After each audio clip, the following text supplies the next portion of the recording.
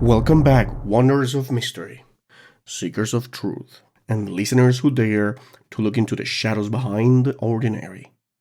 This is Whispers of the Unknown, where we don't just study the strange, we step into it, feel it, breathe it, and walk alongside the people who lived through it.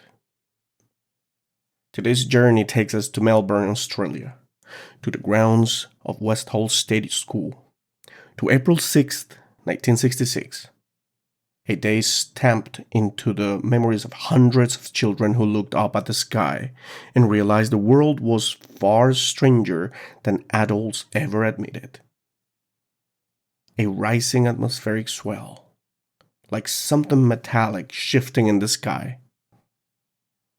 Over 300 witnesses, a silver craft descending into a field, military jets giving chase, a landing site burned into the ground, and a cover-up so aggressive that teachers were threatened, evidence destroyed, and key witness erased. If you've ever heard of the Westall UFO, that's not an accident. Some stories don't fade. They get buried.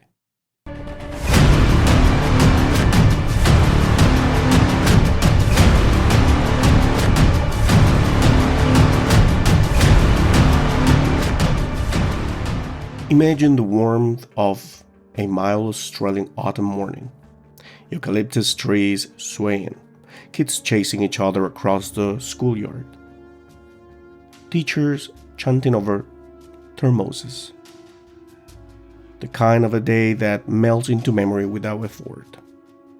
And then, a scream. Not fear. Shock. A girl stands frozen, pointing upward. "Look," she said, screaming. Hundreds of heads turn, and every breath in the yard stops. Hovering above the trees is a metallic object, silver, seamless, beautifully shaped like a flatter disc with a soft dome. It tilts, rotates, glides effortlessly.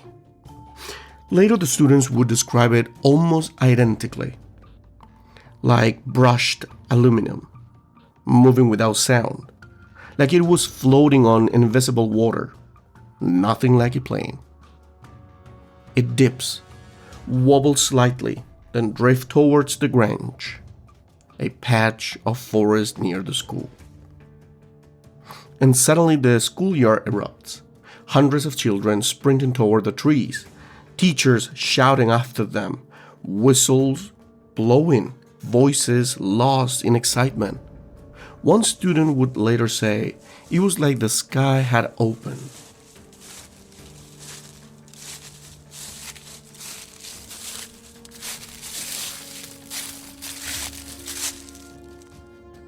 Crunching leaves, branches rustling, breathless footsteps. Kids push their way into the forest clearing and freeze. On the ground is a perfectly circular patch of flatter grass, pressed down in a swirl as if something heavy and hot had rested there. The smell is sharp, metallic, like hot wires. The earth is compacted, unnaturally. Some kids say steam was rising. A boy touches it and recoils. It's warm. Teachers exchange confused looks. One of them mutters, "This is impossible." Before anyone can process it, a loud gasp, a shout. "There!" The craft rises from behind the trees, smooth and silent, lifting vertically, before tilting and shooting across the sky with shock and speed. Moments later, 5 aircraft roar overhead, chasing it. The children scream in excitement. Teachers stare, pale as ghosts. Nothing like this has ever been seen in Westall. Nothing like this will ever be officially recorded. But the story is far from over.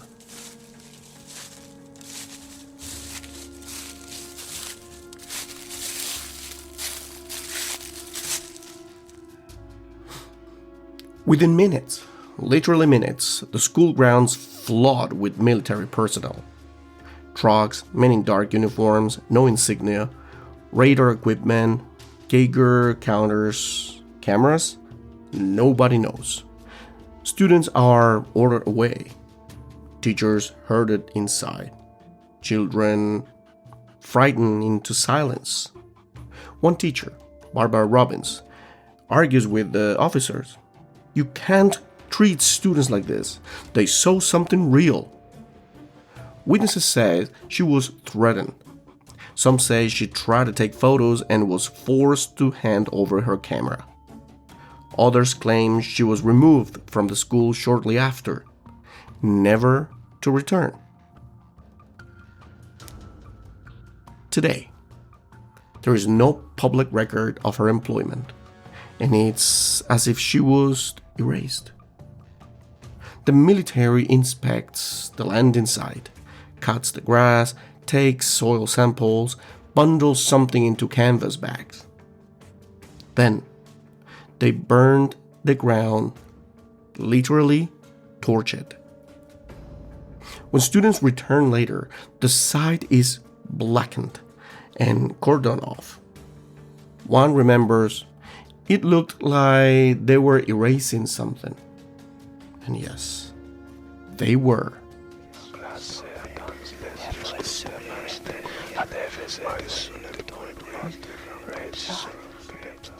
You saw nothing.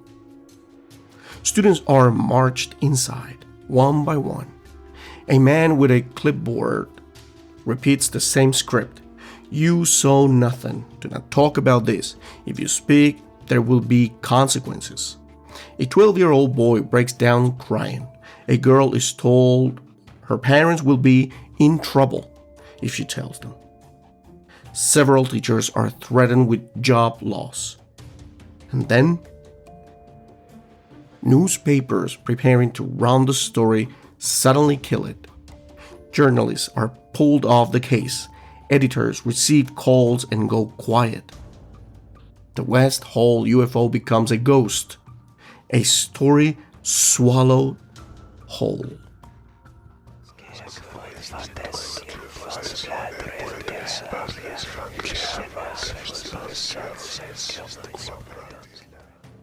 Decades later, the truth resurfaces.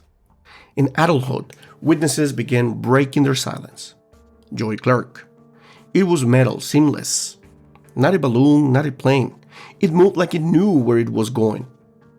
Terry Peck. I chased it to the Grange. It hovered silent, maybe 50 meters up. I could see the shape clearly. Science teacher Andrew Greenwood. He reveals 2 men in suits visited him. They told me I'd lose my job. They wanted me gone. They didn't want the story out. While other students says the planes couldn't catch it. The military arrived too fast. They burned the ground. They threatened us. It was real. Hundreds of accounts. Same details. Same terror. Same certainty.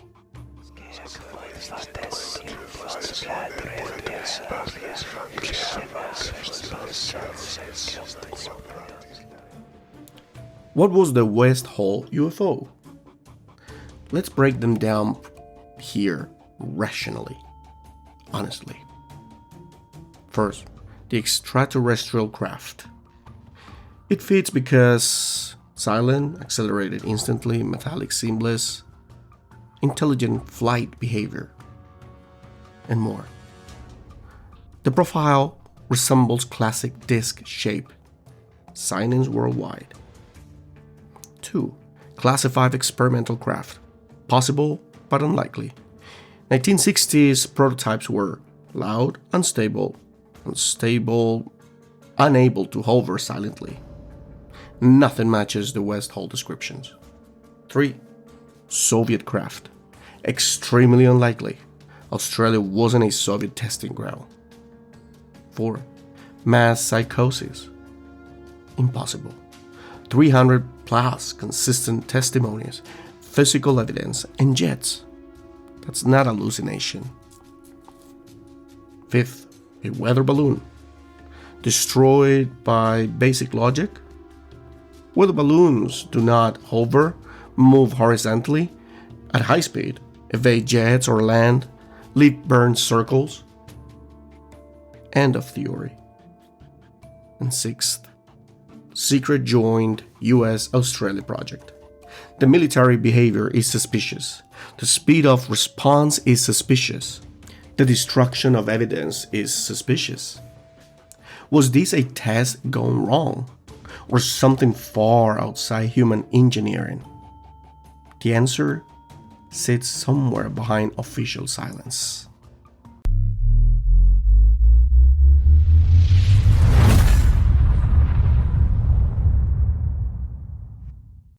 The Westall incident isn't just a UFO story. It's a study in how truth is managed, edited, controlled. It forces us to confront uncomfortable questions.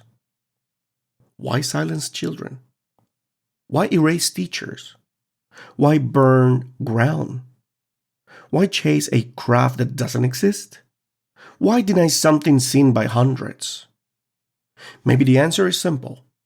Because our world is bigger, stranger, and fuller of life than we are ready to accept. Perhaps the Westall children didn't just witness a UFO. Perhaps they witnessed the moment the world's illusion of control cracked open. And maybe, just maybe, the sky has always held secrets we are not meant to dismiss, but to investigate with courage. Because sometimes truth doesn't knock, it descends. And thank you for walking with me into the unknown. Until next time, keep your eyes open, keep your mind curious, and keep your spirit unafraid.